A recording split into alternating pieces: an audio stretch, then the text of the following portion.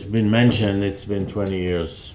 And we are remembering not only a person, we are remembering a watershed event. A political assassination of a democratically elected minister.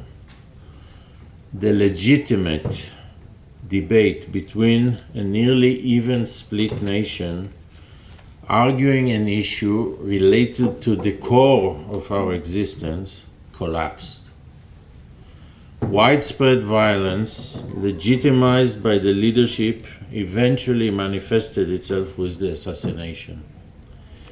A cold-blooded, calculated act to circumvent the democratic process justified by nationalistic religious ideology and fundamentalist beliefs.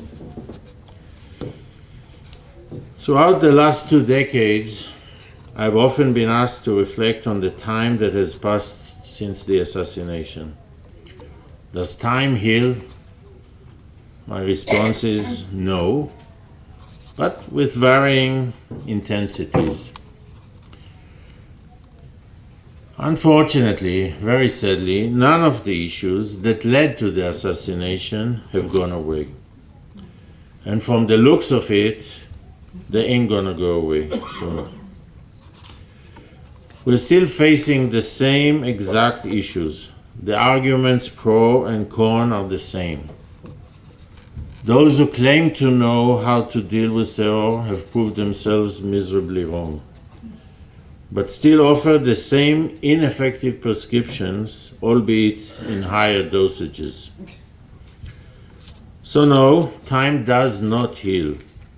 Like the issues, so is the pain. Just as current, just as intense. Interestingly enough, Israel's leadership, current leadership, constantly asserts that the incitement is the cause of terror. Each terrorist activity directed at Israelis attains a salvos of accusations aimed at the left, at the right, at the media, prosecution, previous governments, and who knows. And the bottom line is that incitement does provoke these acts of terror. And yes, I agree. The exact same rationale applies to the assassination of my father. It was the incitement that paved the way for the assassin, incitement amplified by political and religious leaders. And let there be no mistake, there was unrestrained incitement. Incitement led by many of those holding positions of power in Israel today.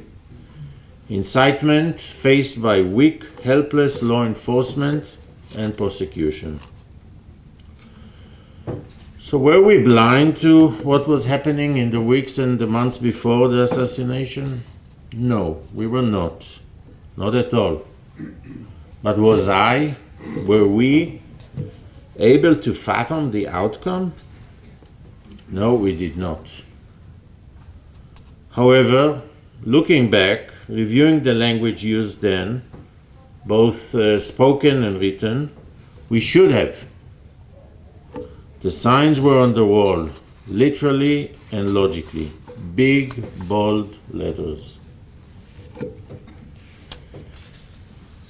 As we are looking back 20 years later, we should examine whether are we better off today. Sadly, no, we are not. My perception is that Israeli public discourse has not only restrained itself, au contraire, as you probably say here, we have learned nothing.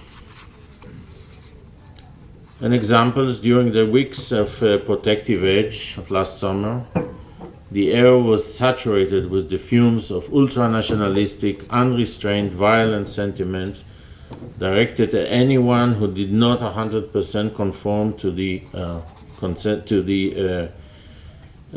what was expected. Similar incidents are common lately. Random attacks on non-Jews, calls for boycotts of Arab-owned businesses, or those employing Arabs.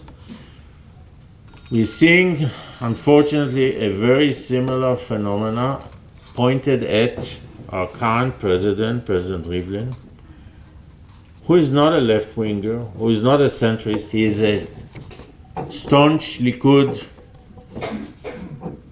patriot, dedicated leader to this country, our country,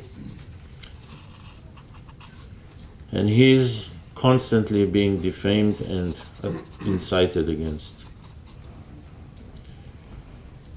And as we're looking back again at the events leading to the assassination 20 years ago, we notice now the tendency is less of denial and more of justification. And two common arguments that we're hearing all the time to allowing the understanding of the assassination are: Rabin was an assassin himself, constantly bringing up the Altalena issue, and Rabin was used incitement against the settlement movement.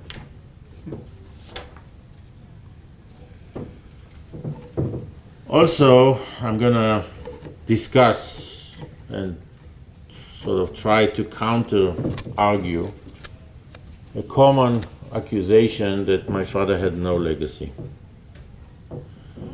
And for that, I'm going to quote Professor Asa Kasher, one of the leading philosophers of current Israel. And he says, Rabin's legacy is, first of all, a unique personal biography of the son's generation, receiving the torch from the founding fathers and mothers, and remarkably executing on it. From serving as the RL Division Commander in 1948 through Chief of General Staff of the 6 Days War, Rabin's legacy is the strive for peace. From young soldier to prime minister, his revulsion from war is evident.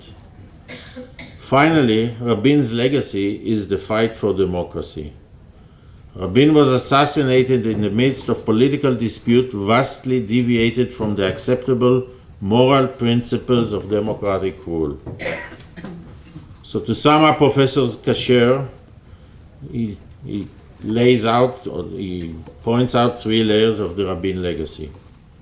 The first one is the moral imperative for defense, security, and sacrifice. I have more friends on the wall than amongst the living, my father said 2 days before his assassination during a memorial service to the fallen IDF Armored Corps soldiers.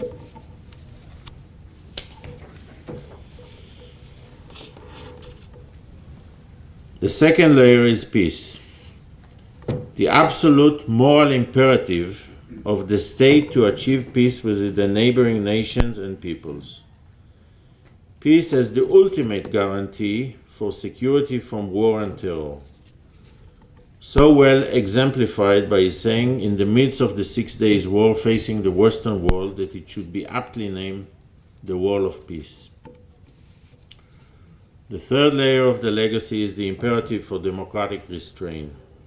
The moral obligation of the citizen to properly restrain, to restrain each power, strength available to oneself. Restraint of expression is also restraint of strength. Words create ideas, that create plans, that create deeds, that create dangers, that create destruction. What can better characterize this dramatic imperative than the fact that Rabin was assassinated by an unrestrained Jew, Orthodox, nationalistic extremist?